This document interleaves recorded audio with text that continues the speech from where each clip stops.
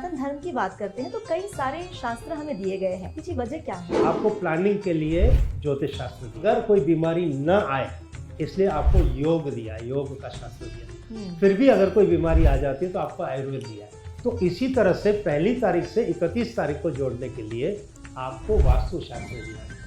अगर आपका वास्तु अच्छा है तो आपका जीवन सरल और सफल है, अगर आपका वास्तु अच्छा नहीं है तो आपका जीवन संघर्ष वाला है।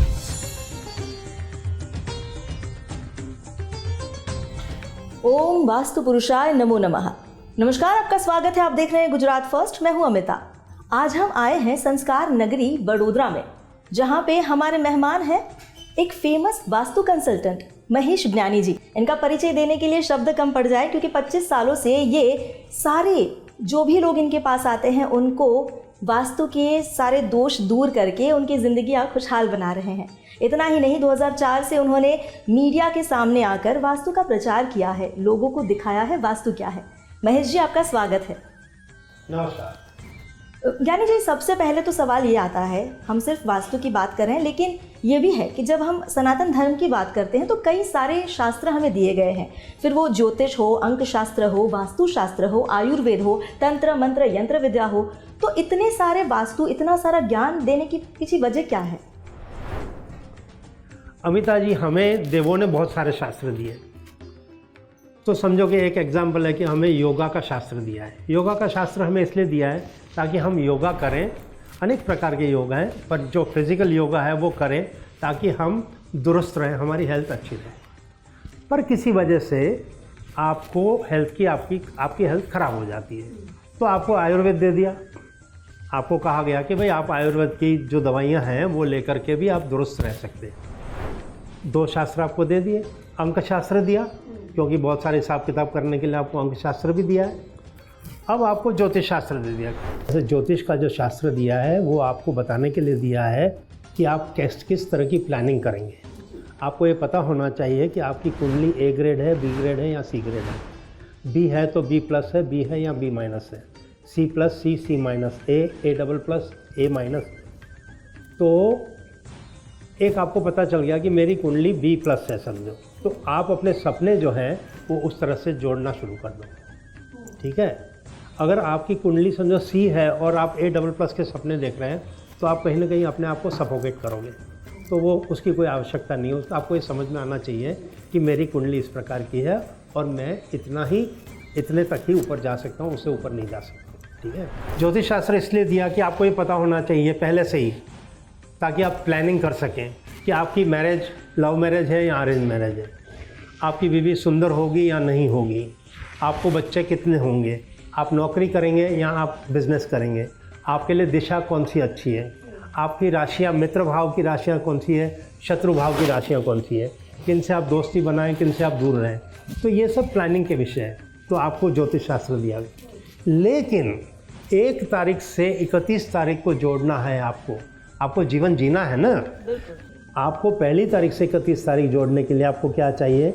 एक तो आपको पैसा चाहिए, ठीक है, जिसको गुरुदेव कहते हैं कागज़ के टुकड़े। हमने गुरुदेव से कहा कि गुरुदेव, इस व्यक्ति को पैसों की कमी हो गई है। तो गुरुदेव ने कहा बहुतों को है। तो हमने कहा क्यों? तो उन्होंने कहा यही एक चीज़ है जो हमने नहीं बनाई। देवों ने कागज़ की करेंसी नहीं बनाई है। तो गुरुदेव ने कहा कि जो चीज़ हमने बनाई है, वायु की कमी आपको कभी नहीं होगी, पानी की कमी कभी नहीं होगी, अनाज की कमी, जो चीज़ देवों ने बनाई है, कुदरत ने बनाई है, उसकी कमी नहीं होगी। जो इंसान ने जो चीज़ें बनाई उसकी कमी हो सकती है। आपको घर चलाना है, बच्चों की परीक्षा, बच्चों की स्कूल की फ़ीस देनी है, गाड़ी में पेट्रोल डालना है, गाड़ी की EMI भरनी है, घर की EMI भरनी है, ये सब करना है। तो आपको एक अच्छी नौकरी चाहिए। तो आपको अच्छी नौकरी चाहिए, घर में अच्छा रुपया आए, शांतिपूर्वक आए, घर का माहौल अच्छा रहे, भक्ति मिले, चैरिटी मिले, गुड हेल्थ मिले, लंबा आयुष्य मिले, प्रेम और आदर मिले परिवार के, अड़ोस पड़ोस के। सारी चीज़ें जो जीवन के लिए अभी काफ़ी आवश्यक है, ये सब आपको वास्तु दे सकता है। आप समझे ना। तो वास्तु की महत्वता ये है कि आपको सारा महीना खुशहाली में बीते, सारा साल खुशहाली में बीते, सारा जीवन खुशहाली में बीते, वो आपको वास्तु से ही मिल सकता है। अगर आपका वास्तु अच्छा है तो आपका जीवन सरल और सफल है। अगर आपका वास्तु अच्छा नहीं है तो आपका जीवन संघर्ष वाला है। तो आपको वास्तु का ध्यान तो रखना ही पड़ेगा, क्योंकि ये आपके हाथ में है। जन्म कब लिया आपने वो आपके हाथ में नहीं था। आपके माता पिता कौन होंगे ये आपके हाथ में नहीं था। लेकिन आप जब मकान खरीदते हैं तो आप ये तय कर सकते हैं कि आपका मकान कैसा हो, कहाँ हो और उसका वास्तु कैसा। आपकी बात तो बड़ी सही है। हम जब वास्तु की बात कर ही रहे हैं तो एक दौर था जब लोग वास्तु के बारे में इतना नहीं जानते थे। ज़्यादातर ज्योतिष के पास जाएंगे, अंगूठियाँ बनवाएंगे, पूजा विधि करेंगे। लेकिन एक ये दौर है कि जब वास्तु ट्रेंड में चल रहा है, तो इसके पीछे की वजह? देखिए, आदमी दुखी तो कई समय से चल रहा है, ठीक है। जब से वास्तु दोष वाले मकान बनने शुरू हुए तब से आदमी दुखी होने लगा। अब जब वो दुखी होता है तो जाहिर है वो किसी न किसी के पास जाता है हेल्प लेने के लिए। तो जिसके पास हेल्प लेने जाता है तो वो या तो ये कहता है कि समय है बीत जाएगा, या वो ये कहता है कि कष्ट है चला जाएगा, या कहेगा कर्म है भुगत लो, या कहेगा नदी किनारे चले जाओ ये पूजा करवा लो, या कहेगा अंगूठी पहन लो, या कहेगा मंत्रोच्चार कर लो। मैं अपना तजुर्बा बताऊँ आपको। मैं एक समय था, मैं बहुत कष्ट में था। मतलब मेरे पास कमाई का कोई स्रोत नहीं था। मैंने अपनी फैक्ट्री बंद कर दी, मैं अमेरिका गया, मैं लौट के आया वहाँ से। फिर मैंने ज़मीनों का काम किया, उसके बावजूद मैंने ज़मीनों में नुकसान किया फिर नुकसान कर दिया उसमें। अब मैं ज्योतिषों के चक्कर में आया, ज्योतिषों के मिलने शुरू किया। कुछ ज्योतिष मेरे दोस्त थे, तो मेरे पास काम नहीं था तो मैं 4-4 घंटा उनके पास जाके बैठता था और मैं देखता था कि वो क्या करते हैं, कैसा करते हैं। मेरी बात एक समझ में आई कि जितने भी लोग आते हैं उनकी समस्याएं ग्रहों से नहीं है। ये मैंने वहाँ बैठ कर समझा और सीखा कि there is something else, there is something else, there is something else. और मैं खोज में लग गया कि वो क्या चीज़ है जो मानव जाति को दुखी कर रही है। प्रभु की मेहर हो गई मुझ पर कि मुझे बताया गया कि वो वास्तु का दोष है जिससे मानव जाति दुखी हो रही है। अब हम लोग क्या करते हैं कि हमारे पास समझो हमें कोई दुख आया तो हम समझते हैं ये दुख कर्मों से है। हमें ये दुख आया तो हम समझते हैं कि ये दुख ग्रहों से है। हमें ये दुख आया तो हम समझते हैं कि XYZ रीज़न से है। लेकिन हम कभी भी कनेक्ट नहीं करते हैं कि हमारी समस्या वास्तु दोष से है। उसकी एक वजह है। वजह यह है कि वास्तु जागरूक होता है 21 महीने के बाद, 7 साल के बाद और 15 साल के बाद। तो अगर वास्तु 15 साल के बाद जागरूक हुआ और आप दुखी होना शुरू हो गए तो आपका ध्यान वास्तु की तरफ कभी नहीं जाएगा। क्यों नहीं जाएगा? क्योंकि इस मकान ने तो आपको 200 करोड़ दिया है, इस मकान ने तो आपको अच्छा जीवन दिया है। आज अचानक से क्या हो गया इस मकान को? लेकिन वास्तु जागरूक होता है समय के बाद। जैसे सतयुग, जैसे त्रेता, जैसे द्वापर, जैसे कलयुग, हर युग समय समय के बाद चेंज होता है। ऐसे घर की ऊर्जा समय समय के बाद चेंज हो जाती है। लेकिन जैसे हमारे जैसे वास्तुशास्त्री हैं, हम पहले से ही बता सकते हैं कि इस समय के बाद आपको ये समस्या आ जाएगी, क्योंकि हमें वो दिखता है कि ये जब निर्माण होगा, जब ये जागरूक होगा तो ऐसी ऐसी रिजल्ट्स देगा। सर, आपने योगों की भी बात की, जैसे आप वास्तु दोष की बात कर रहे हैं, योगों की अगर बात की है तो आपने हमने जब बात की तब आपने भी एक इंटरेस्टिंग बात की थी, वो अधूरी रह गई, वो क्या थी? मैं वही कह रहा हूँ कि द्वापर त्रेता युग जो था उसको कहा गया था तपोभूमि।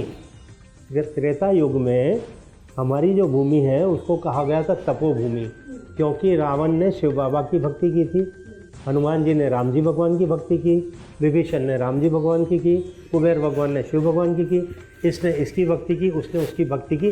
वो भक्ति का दौर था। वो जो पूरा युग था उसमें सिर्फ भक्ति ही थी। जब द्वापर युग आया, कृष्ण भगवान का युग आया, तो हमारी भूमि को कहा गया कर्म भूमि। फिर तब तपोभूमि नहीं थी, मतलब भूमि के गुण बदल गए। जी, आप समझे? जी जी। कृष्ण भगवान ने क्या कहा? ये कर्म भूमि है, मतलब हर किसी को कर्म करना है, ठीक है ना? तो कर्म भूमि। अब आ गया कलयुग, तो कलयुग की तो कोई क्लैरिटी नहीं है, न ये तपोभूमि है न ये कर्म भूमि है, तो ये है क्या? इसकी क्लैरिटी किसी ने नहीं दी, देवों ने इसकी क्लैरिटी नहीं दी। मैं इसको बोलता हूँ भटको भूमि। भटको भूमि इसलिए बोल रहा हूँ क्योंकि आपको ये समझ में ही नहीं आएगा कि आपकी समस्या का स्रोत कहाँ पड़ा हुआ है। अगर आपको पता है कि मेरी समस्या यहाँ है तो आप वहाँ थोड़ा मार सकते हो, पर आपको पता ही नहीं है कि मेरी समस्या कहाँ है, तो आप क्या करोगे, आप भटकते रह जाओगे। तो कभी आप ज्योतिष के पास चले गए, कभी आप पंडित के पास चले गए, कभी आप किसी संत के पास चले गए, कभी आप किसी मज़ार पे चले गए, कभी आप कहीं चले गए, आप कहीं चले गए। क्यों? क्योंकि आपको अपनी समस्या का प्रॉब्लम ढूंढना है और वो मिल नहीं रहा है। क्यों नहीं मिल रहा है? क्योंकि आपको किसी ने भी आपको ये नहीं बताया कि आपको वास्तु दोष लग रहा है। मैं आपको बता दूं कि आपको अगर डायबिटीज़ है तो वो जितना जेनेटिक नहीं है उतना वास्तु के माध्यम से। अगर आपके हार्ट में, आजकल हम सुनते हैं कि 35 साल के लोगों को हार्ट अटैक आ रहा है, तो उसकी वजह कोई भी बताते हैं, कोई ये नहीं बताता कि वास्तु दोष से हार्ट अटैक आते हैं। अगर आपको पार्किंसन है, अगर आपको पैरालिसिस हो रहा है, आपको कोई भी बीमारी हो रही है, आपको मैं बताऊं, मैं मतलब बहुत दावे के साथ ये कह रहा हूँ, 80% ऑफ की बीमारियां जो आज की तारीख में हम सब देख रहे हैं, ये सब वास्तु दोष की देन है। ये सब वास्तु दोष की देन है। किडनी फेल होना, नी रिप्लेसमेंट कितना आम हो गया है, ठीक है। ब्रेस्ट सर्जरी कितना आम हो गया है, मतलब ब्रेस्ट रिमूवल सर्जरी, क्योंकि उसको कैंसर हो गया है। गर्भाशय निकाल रहे हैं, बहुत कॉमन है। गर्भाशय निकालना किचन से आता है, ब्रेस्ट सर्जरी अगेन किचन से आता है, और नी रिप्लेसमेंट वो वास्तु पुरुष को पीड़ा देने से आता है। वो आने वाले एपिसोड में मैं आप लोगों को बताऊंगा कि ये कैसे होता है, और मैं साइंटिफिकली प्रूव करके दिखाऊंगा आपको कि ये कैसे होता है और क्यों होता है। मतलब जब मैं साइंटिफिकली बोलता हूँ तो आप में से 10 लोग ये बोलने वाले हो कि हाँ मेरे को ये हुआ है, नी रिप्लेसमेंट हुई है और मेरे घर की व्यवस्था यही है। बिल्कुल, आपने ये एकदम मतलब मोरल ऑफ द स्टोरी तो ये है कि वास्तु दोष है, इसकी वजह से पीड़ा हो रही है। लेकिन अगर दोष की बात करें तो कितने प्रकार के दोष होते हैं? वो दोष कई प्रकार के होते हैं। दोष तो बहुत प्रकार के होते हैं। वास्तु दोष एक बड़ा दोष है, लेकिन प्रकार अनेक हैं इसके। जैसे हो सकता है आपको देवी दोष लगा है, कुल देवी माँ का दोष लग गया, आपकी कुल देवी माँ आपसे नाराज़ है, ठीक है। देव दोष लग गया, वनस्पति का दोष लग गया। वनस्पति का दोष कैसे लगता है कि 4 दोस्त हैं, हाईवे पे रोटी खाने गए, रात को 12 बज रहे, हो सकता है उन्होंने शराब भी पी है, और जब वो लौट रहे हैं तो एक दोस्त ने कहा रुक जा भैया, मुझे सुसु लगी है, मैं ज़रा सुसु कर लूँ। वो मोटरसाइकिल से उतरा, किसी पेड़ के आगे खड़ा हो गया, वहाँ सुसु करके मोटरसाइकिल पे बैठ गया, घर पे चला गया, ठीक है। अब हुआ ये कि उसने देखा ही नहीं कि वो जो पेड़ था वो क्या था, पीपल का था, वड का था, कौन सी हस्ती थी वहाँ, किसी को कुछ पता ही नहीं। वो घूमते घामते 15-20 साल के बाद में उसका इम्पैक्ट दिखता है, और उसको तो पता भी नहीं चलेगा, पता भी नहीं कि वो दोष लगा, ठीक है। वनस्पति का दोष लगा। नर्मदा जी गए आप, नाव में बैठ गए, हो सकता है आपने वहाँ बैठ के शराब पी ली, आपको महिमा ही नहीं मालूम नर्मदा जी की, और आपने वहाँ ये बदसलूकी कर दी, ठीक है। तो आपको किसी नदी का दोष लग गया। आप चौराहे पे खड़े हैं, यारों दोस्तों के साथ पान की दुकान पे खड़े, कॉफ़ी शॉप पे खड़े, कोई साधु आया भिक्षा मांग ली, और आपने उसको हरदूत कर दिया, उसको इंसल्ट कर दिया, ये सोच के कि वो साधु नकली है, ढोंगी है, लेकिन वो नहीं था, वो सही था, ठीक है। तो आपको किसी साधु का दोष लग गया, आप समझे। तो आपको ये पता ही नहीं है कि आप कौन से दोष उठा रहे हो, और in the process of your life चौराहे का दोष लग जाता है, ठीक है, लगता है ना चौराहे का दोष। बिल्कुल। तो फिर आपको काले जादू का दोष लगता है, आपको प्रेत दोष लगता है, आपको पितृ दोष लगता है, आपको देव दोष, देवी दोष, आपको ग्रहों का दोष लगता है, आपको कर्मों का दोष लगता है, आपको नज़र दोष लगता है। कितने सारे दोष हैं जो आपको लगता है। ऐसे में एक है वास्तु का दोष, बड़ा दोष है, लेकिन बहुत बड़ा दोष है। ज्ञानी जी, आपने वास्तु दोष की बात बताई कि सबसे बड़ा है और सबसे इफेक्ट वही ज़्यादा करता है, तो क्या सिर्फ घर या ऑफिस का वास्तु दोष इफेक्ट करता है, या कितने लेवल तक ये जाता है? आप जिस घर में रहते हैं उसका वास्तु तो आपको लगेगा ही, चाहे वो किराए का हो, चाहे वो खुद का हो, क्योंकि वहाँ जहाँ से आप एनर्जी लेते हैं उसका दोष आपको लगता है। आपकी वर्क प्लेस होती है, उस वर्क प्लेस से आपको दोष लगता है, ठीक है।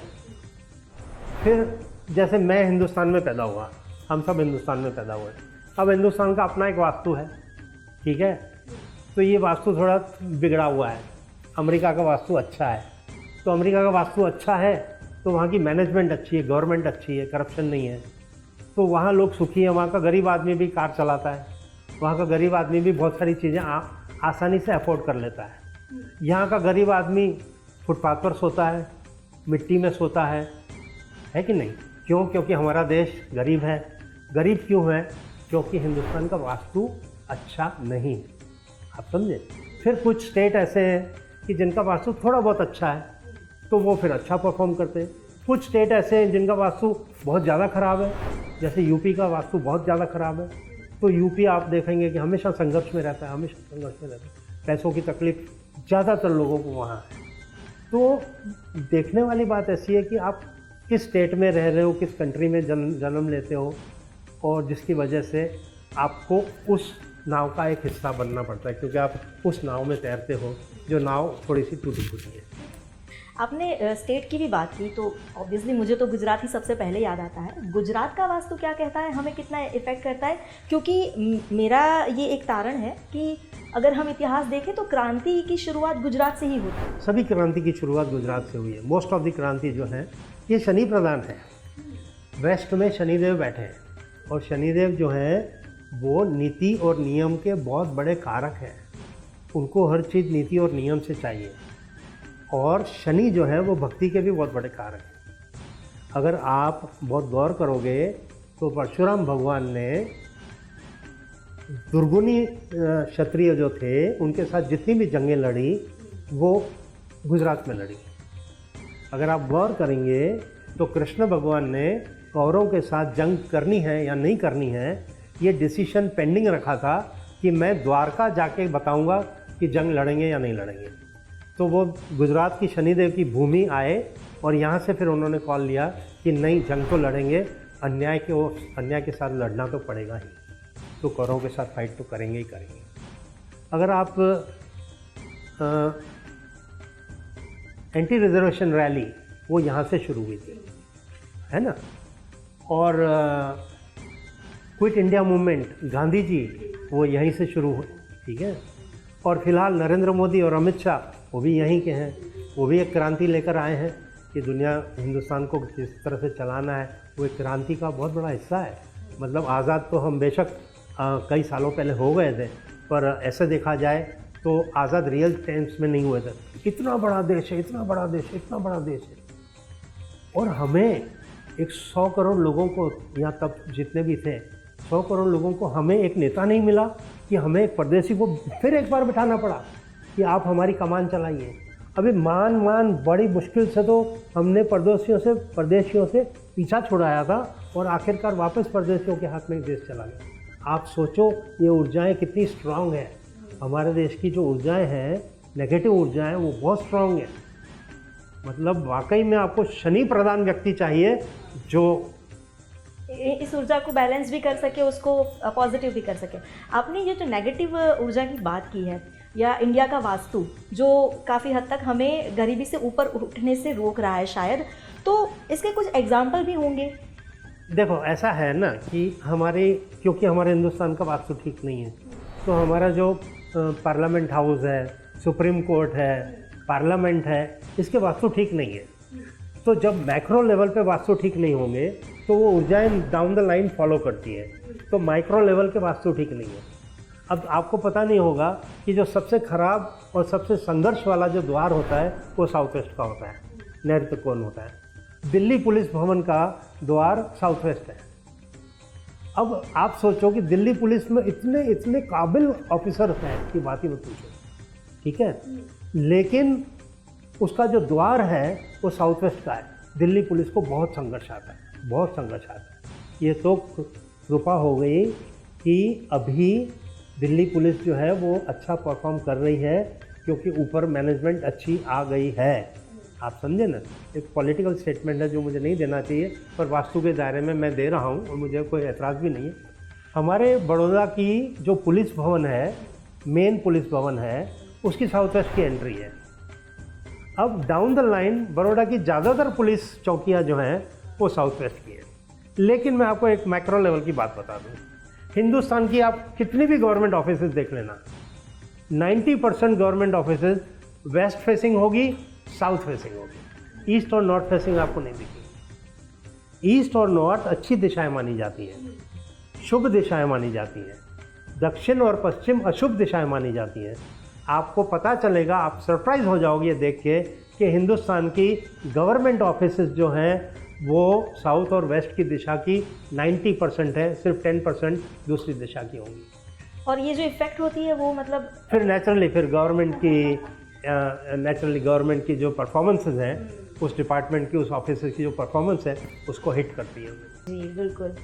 ज्ञानी जी, आपने आज जो भी बातें बताई काफ़ी इंटरेस्टिंग थी और आई एम श्योर कि दर्शकों को भी ये बातें बहुत ही जची होगी, उनको भी लगा होगा कि हाँ ये तो मुझे पता है, ऐसा है। खैर, आप हमारे साथ जुड़े, आपका बहुत बहुत धन्यवाद। धन्यवाद। वैसे आज तो हमने जो बेसिक जानकारी है वो ली है और काफ़ी इंटरेस्टिंग भी लगी होगी आपको। ऐसी ही काफ़ी सारी जानकारियाँ लेकर हम अगले एपिसोड में भी मिलेंगे आपको। तब तक के लिए इस पॉडकास्ट में कहता है क्या घर आपका, मुझे दीजिए इजाज़त। नमस्कार। आओ जाने समझे ज्ञान वास्तुशास्त्र।